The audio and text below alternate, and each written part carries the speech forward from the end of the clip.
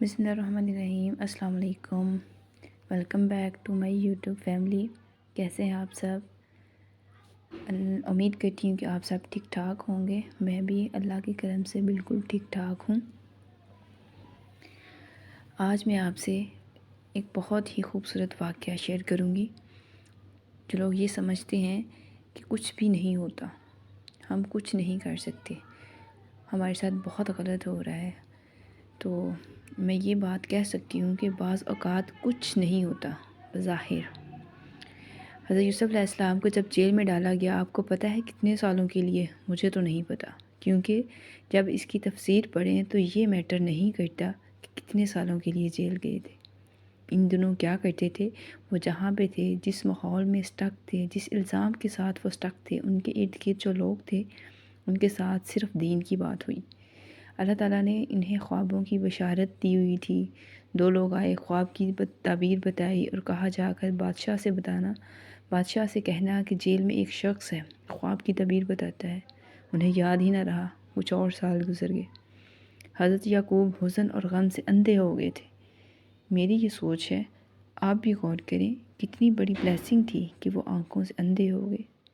میری سوچ ہے، واللہ عالم انسان ہے، اللہ سے کنیکٹ کرتا ہے، سوچتا ہے، باقی ساری اولاد ان کی آنکھوں کے سامنے، اسپیشلی وہ بچے جو حضرت یوسف علیہ السلام کو کنویں میں پھینک آئے تھے، یا پھر جنہوں نے کہا تھا کہ بھیڑیا کھا گیا ہے، اور یعقوب علیہ السلام اللہ کے نبی ہیں تو ان کو کوئی بات پتہ تھی۔ ہمیشہ سے اللہ سبحانہ تعالیٰ نے کچھ تو انہیں بتایا ہوا تھا۔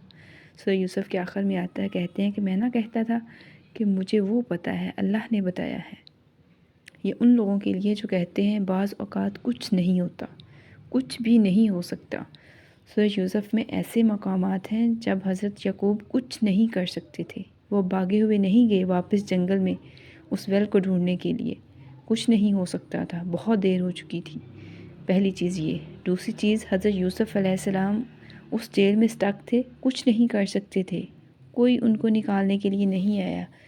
جس شخص کو انہوں نے کہا تھا بادشاہ سے جا کے کہنا، وہ بھول چکا تھا، کچھ نہیں ہو سکتا تھا، بٹ کچھ ہو رہا تھا۔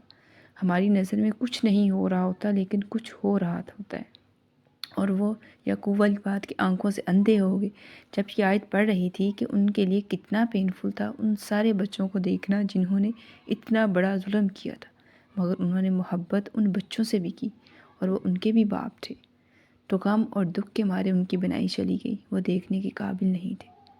اور آپ کسی شخص سے ہرٹ ہوتے ہیں، وہ شخص آپ کے سامنے رہتا ہے، وہ تکلیف اور بڑھ جاتی ہے۔ انہوں نے اپنے بچوں سے نفرت نہیں کی، وہ اللہ کے نبی تھے۔ اللہ سبحانہ تعالیٰ نے قرآن پاک میں ان کے صبر کو ڈسکرائب کیا ہے۔ ہم تو اس صبر تک پہنچ بھی نہیں سکتے، لیکن ہاں ایٹ لیسٹ اس صبر کی لمٹ کرنے کی کوشش ضرور کر سکتے ہیں۔ اگین میں یہ نہیں کہتی کہ میں یہ سب کرتی ہوں، میں یہ کر سکتی ہوں، میرے اندر یہ سب ہے، ہرگز نہیں کر رہی۔ یہ اللہ پاک کسی کو اس ٹربل میں نہ ڈالے، کسی کو ایسے صبر اور آزمائش میں نہ ڈالے، مگر مجھے پتہ ہے دل دکھتا ہے، مجھے پتہ ہے تکلیف ہوتی ہے، مجھے پتہ ہے کہ دل تڑپتا ہے کہ یہ تکلیف کب ختم ہوگی۔ لیکن آپ لوگ نکلو اس وکٹم سے، اس ٹربل سے جو آپ کو تنگ کرتی ہے، سرچ کرو، ڈھونڈو، ریڈ، اقرا۔ اللہ سبحانہ تعالیٰ کا پہلا لفظ اقرا۔ قرآن کے ساتھ باقی سائنس کو بھی اقرا کرو، سمجھو، اپنی ہیومن سائیکلوجی کو سمجھو۔ ہر بار ہر چیز آپ پر لاگو نہیں ہوگی، مگر کچھ نہ کچھ تو کلک ہوگا، کہیں نہ کہیں حرکت تو پیدا ہوگی۔ ہم اگر ایک جگہ پر بیٹھے ہیں، اسٹک ہیں، اس میں بھی زبانی کلام عبادت کی حرکت ہے اور اللہ سے کلام کی حرکت ہے، قرآن کو سمجھنے کی جو حرکت ہے وہ بھی برکت آئے گی ہماری جو حرکت ہے وہ بھی برکت لے کر آئے گی ہماری زندگی میں۔ یہ جو زمین جس پہ ہم کھڑے ہیں اس کے نیچے جانا ہے، مٹی ہے، مٹی ہے، خاک ہو جانا ہے۔ رب سے مانگیں، اس سے دعا کریں، سرچ کریں،